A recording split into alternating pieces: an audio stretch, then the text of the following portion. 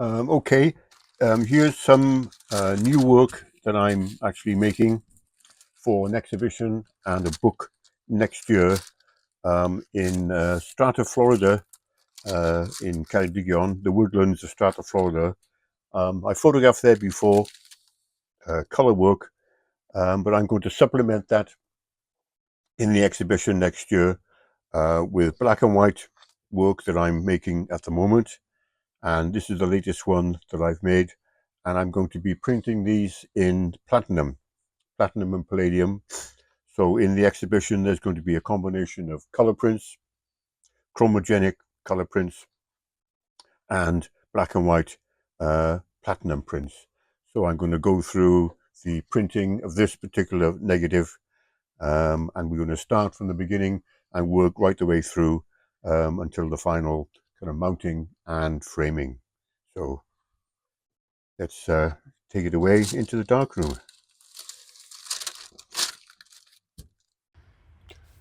Just to say thanks for watching, and if you can hit the subscribe button, that would be a great help. And just to remind you that I've got these books for sale on my Big Cartel website. Okay, so I've got my setup here. I've explained this before in previous videos, but I'm using dim incandescent light. The emulsion coating is sensitive only to ultraviolet light, so you can use dim incandescent lighting, no daylight, and avoid tubes. So I've got my paper set up here. I keep a notebook of all my platinum printing tests and final prints. So I've got references to start from in terms of where I start in terms of proportions of platinum and palladium and exposure times. So I've got a test strip of my paper already prepared here, and I'm going to make a first test. I've already predetermined the proportions of platinum and palladium that I want to use. I tend to use more platinum because I prefer a more neutral image color. So I'm just going to drop enough to make a test to start with.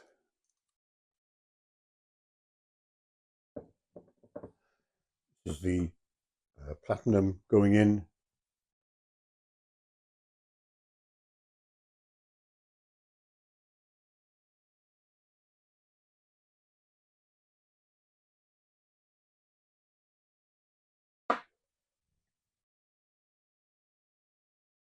Then a smaller quantity of palladium.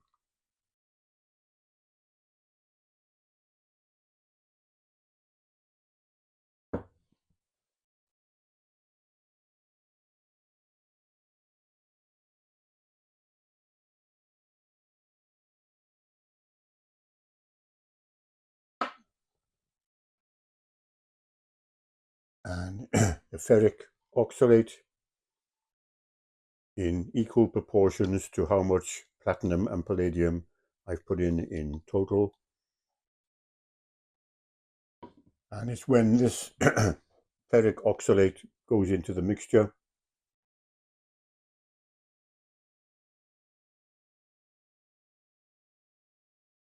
that the solution becomes light sensitive. But as I said, it's only sensitive to ultraviolet light. So my paper is taped down to a sheet of glass to make it nice and flat. I've got my Japanese Hake brush, very soft bristles, which will give me an even coating of the material. So drop some of that into the center, and then just coat enough to give me enough for the test strip. Don't want to waste this very expensive stuff. I'm just coating a strip in the middle, which will give me a good indication of exposure and the color of the image that I want towards the end. So we just have to wait for that to dry, and then we'll put it into the contact printing frame and take it outside and expose it to the ultraviolet light box.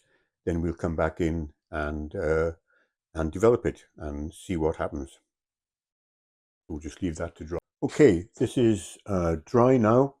I've got my contact printer here already, so just need to place the negative in contact with the paper. I'll go over the center section of the negative to get a good test from all parts of the negative, and we put it into the contact printer. So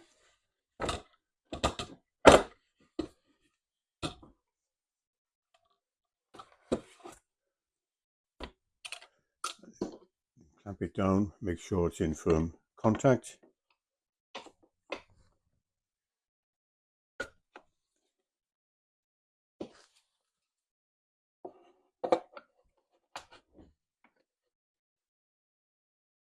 And that's set up in there now. So we'll take it outside and put it under the ultraviolet light, and I've estimated the time from my notes as a starting point. Probably won't be spot on, or it may not even be anywhere close. But I can make a hazard guess at a good starting point, and then we'll take it from there. Okay, I have my light box here already in place, and we'll just put the contact printing frame underneath and turn it on.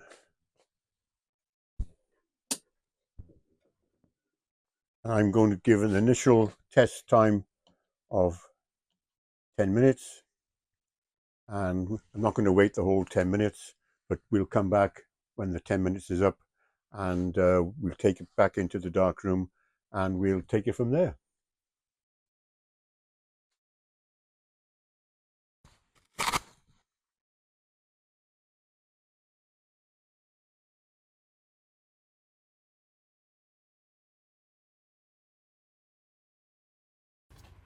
Well, at this point, silly me, I forgot to turn my little microphone on, so I'm doing a voiceover instead of directly to the camera. So we're taking the initial test strip out of the printing frame after being exposed to ultraviolet light, and what you will see is that the image is already partly exposed, partly developed out just from the action of the ultraviolet light before we do any developing at all. So now we'll take it and finish off developing so we get the full picture of the image.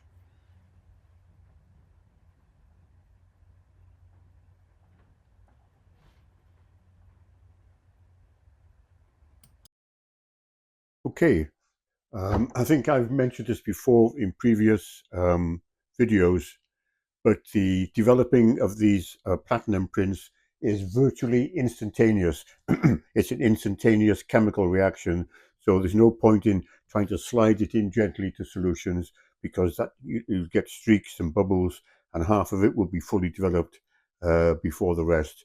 So it's advisable just to pour the solution directly onto and you'll see that comes up almost instantaneously.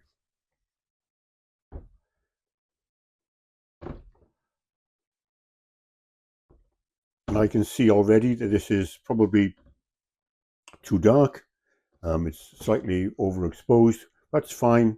From this I can work out the next exposure, and I can probably go from here to pretty much a final print, because I'm so used to gauging exposures and densities and so on that I can work it out from here. But that's okay. That's what a test strip is for. And the next bath is just a rinse.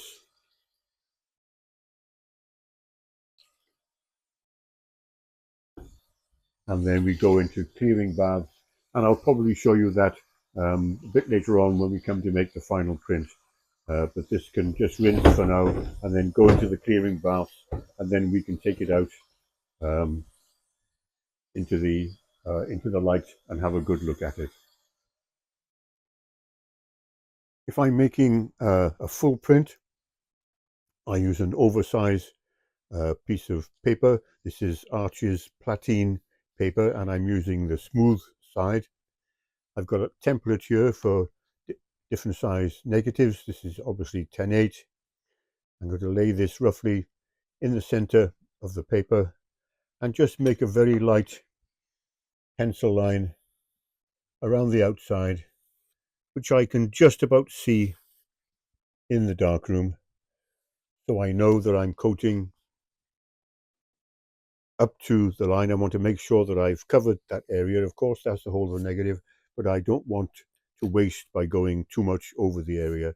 So that's ready now to coat, and I'll coat it in the same way as we saw before. So we'll go back into the darkroom with this and coat this piece of paper.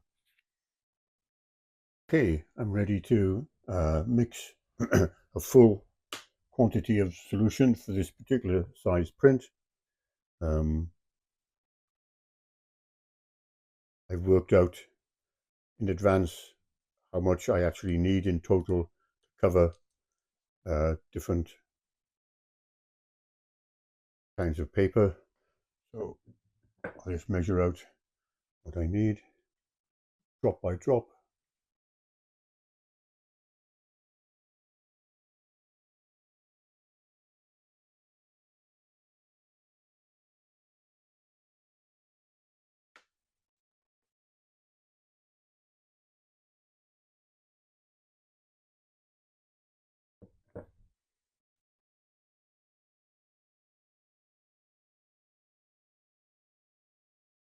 So that's the platinum gone in. And now the palladium.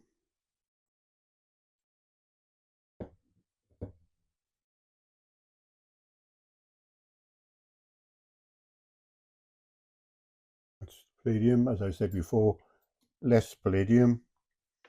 And now the ferric oxalate.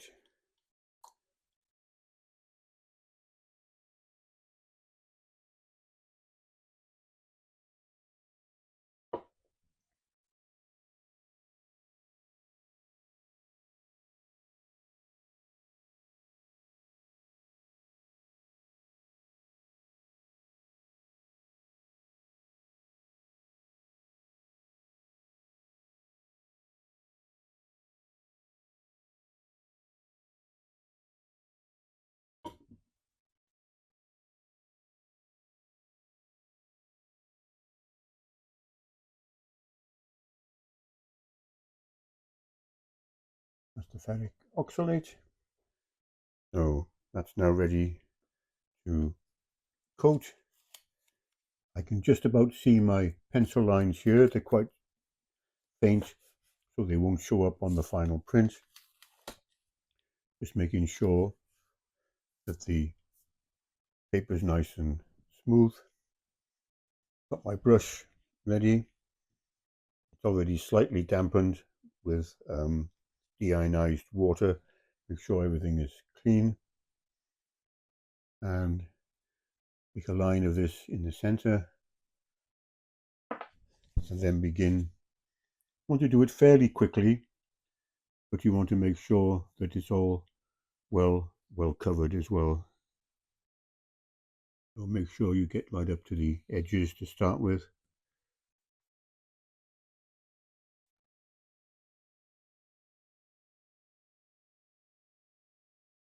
Make sure the edges are covered.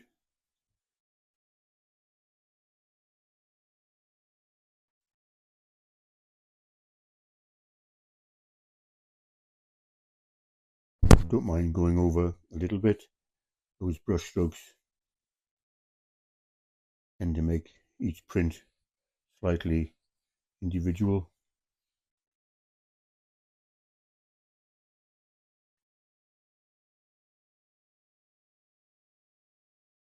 So I can see that I'm just over the line all the way around, nicely even covered, no bubbles,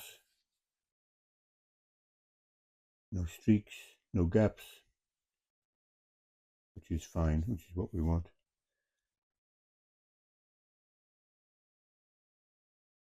And again, we'll leave that dry, and then we're ready to make. Probably won't be a final print, but it'll be very, very close, and so I'll be able to make an assessment as to how I tweak it.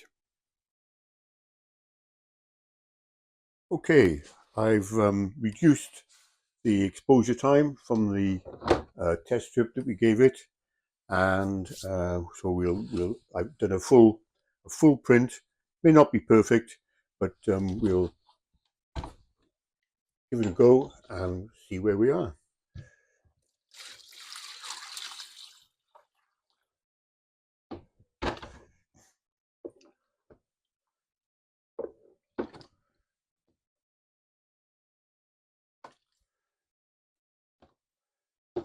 Looking more like it.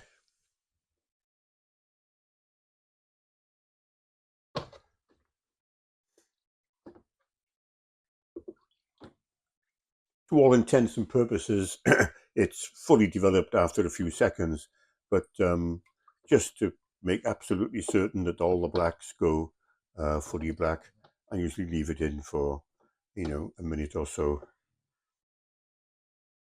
Doesn't do it any harm.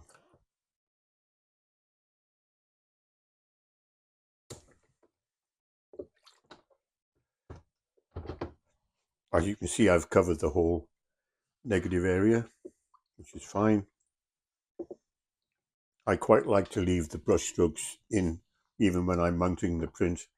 I think it adds a bit of character and it means that each print has a little bit of individuality because obviously the overlap of the brush strokes is different on every print.